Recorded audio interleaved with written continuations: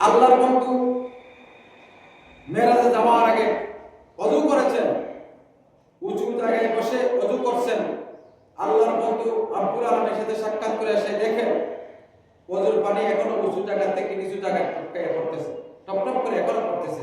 প্রশ্ন হলো, হুজুর আপনি বলতেছেন 27টি বছর আল্লাহর সাথে সাক্ষাৎ করেছেন, তাহলে ওযুর পানি উঁচু জায়গা থেকে নিচু জায়গায় পড়তে কি 27টি বছর লাগবে? লাগবে না। অর্থাৎ আমি বলেছি আল্লাহ পাক রব্বুল আলামিন বুঝাইতে চেয়েছেন আমি দুনিয়ার সবকিছু স্টপ করে দিয়েছিলাম, কিন্তু আমার বন্ধুর সফরকে আমি আল্লাহ পাক রব্বুল আলামিন স্টপ করে নাই। সেটা সফর চলছে। আল্লাহ পাক রব্বুল আলামিনের সাথে সাক্ষাৎ করে এসে আল্লাহর বন্ধু দুনিয়াতে এসে দেখেন ওযু করেছি, ওযুর পানি উঁচু জায়গা থেকে এখনো নিচে টপকায় পড়তেছে। সুবহানাল্লাহ। আমার আল্লাহর নবী প্রথম আকাশ থেকে সপ্তম আকাশ পর্যন্ত প্রত্যেকটা নবী রাসূলের সাথে সাক্ষাৎ করেছেন। বাবা আদম আলাইহিস সালাম প্রথম আকাশে বিরাট বড় একটা কুরসির উপর বাবা আদম বসে আছেন। নবীকে দেখে দাঁড়িয়ে গেলেন। সুবহানাল্লাহ, সুবহানাল্লাহ।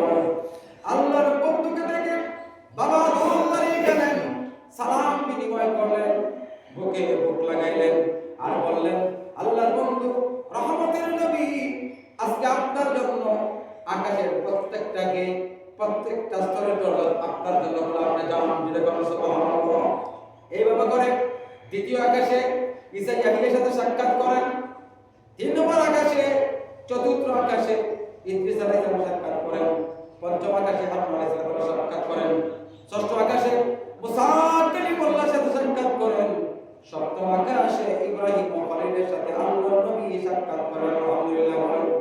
আমার ভাইরা, সপ্তম আকাশের উপরে সিদরাতুল মুনতাহা, যেখানে হযরত জিবরাইল আলাইহিস সালাম থাকেন।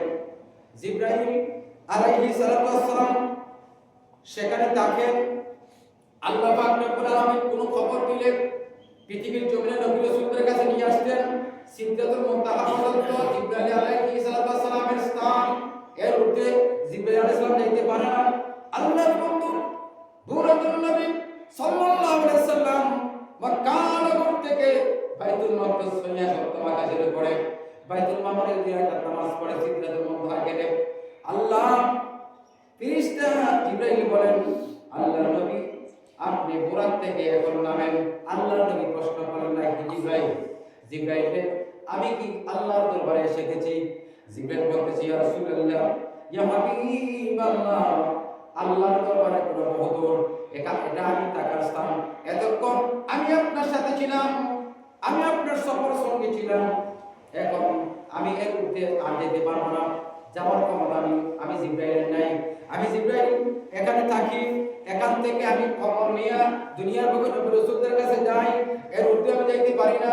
এখন আপনাকে নেওয়ার জন্য বুরাক যাবে না, আপনাকে নেওয়ার জন্য একটা রত্ন আসবে, নূরের তৈরি একটা সিংহাসন, বসার মতো একটা কুরসি, একটা আসন নূরের তৈরি, সেটা আসবে, সেটাই চলে বলবেন, আপনাকে একটা নিয়ে যাবে রব্বুল আলামিনের দরবারে।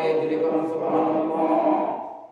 আমার ভাইরা, এই জন্য মেরাজের ঘটনাকে আল্লাহ রাব্বুল আলামিন কালামে পাকে বর্ণনা দিতে যাইয়া বলেন, সুবহানাল্লাযী আসরা বিআবদিহি লাইলান মিনাল মাসজিদিল হারাম ইলাল মাসজিদিল আকসা।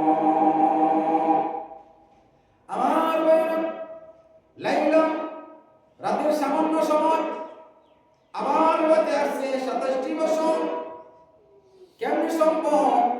আল্লাহ পাক রব্বুল আলামিন সেই কথাটা বোঝানোর জন্য আয়াতের প্রথমে আল্লাহ নিজে ব্যবহার করেছেন সুবহানাল্লাযী আসরা। আমার ভাইরা, যে নামাজ আমরা আদায় করি, যে নামাজ আমরা পড়ি, এই রকমের যা আসলো চলে গেল, সামনের মাস হলো শাবান, তারপরের মাস হলো রমাদান। আমার ভাইরা, আল্লাহ পাক রব্বুল আলামিন 3টি মাসকে হারাম ঘোষণা করেছেন, অর্থাৎ প্রথম মাসকে ইবাদতের জন্য নির্ধারণ করেছেন, পানি সেচনের কথা বলেছেন, শাবান মাসকে চোখের পানি ছাড়ার জন্য আল্লাহ পাক ইঙ্গিত দিয়েছেন, আল্লাহ নবী হাদিসের প্রমাণ করেছেন। ইবাদতের জন্য সিলেকশন করো। বেশি বেশি চোখের পানি ছাড়া শাবান মাসে, রমজান মাসে তারাবি সহ ইফতার সেহরি সহ রোজা থাকো উম্মতের আরে। রোজার শেষে ঈদুল ফিতর, ঈদের নামাজ পরে যখন তুমি ঘরে রওনা করবা, আল্লাহ রাব্বুল আলামিন তোমাকে নিষ্পাপ করে ঘরের ভিতর পৌঁছাই দিবেন। জুড়ে কোন সুবহানাল্লাহ। আমার ভাইরা, দুনিয়াকে মূল্যায়ন করতে হবে। আমরা অনেক ক্ষেত্রে বলে থাকি, দুনিয়াতে যতক্ষণ আসি বেঁচে থাকি, যা করার করব, মনে দেখা যাইব, অনেকে কথাটা বলি। এই কথাটা বললে তার ইমান হালকা হয়ে যাবে। ইমান থাকবে না এই কারণে, দুনিয়ার বুকে যদি আপনি ইবাদত বন্দেগী করেন, আল্লাহ রাব্বুল আলামিন বলতেছেন, বান্দারে তুমি অন্যায় করেছো, অপরাধ করেছো, জানাবে বিচার করেছো, নিজেকে নিজে প্রশ্ন করতেছো, আল্লাহ গো এত অপরাধ করেছি, এত গুনাহ করেছি গো আল্লাহ, পৃথিবীর কেউ জানে না আল্লাহ তুমি জানো। আপনি ছাড়া কেউ জানে না, আপনি সব কিছু জানেন। এত গুনাহ করেছি, গুনাহ বোঝা মাথায় নিয়ে আসতে পারেন। আল্লাহ বলতেছেন, বান্দারে গুনাহের কথা স্মরণ করে আমি আল্লাহর ভয়ে দুটি চোখের পানি ছেড়ে ছেড়ে নীরবে বসে বসে চোখের পানি ছেড়ে দিয়েছ, কান্নাকাটি করছো রে বান্দা। আমি আল্লাহর কাছে তওবার জন্য দোয়া করেছি, তওবা করেছো।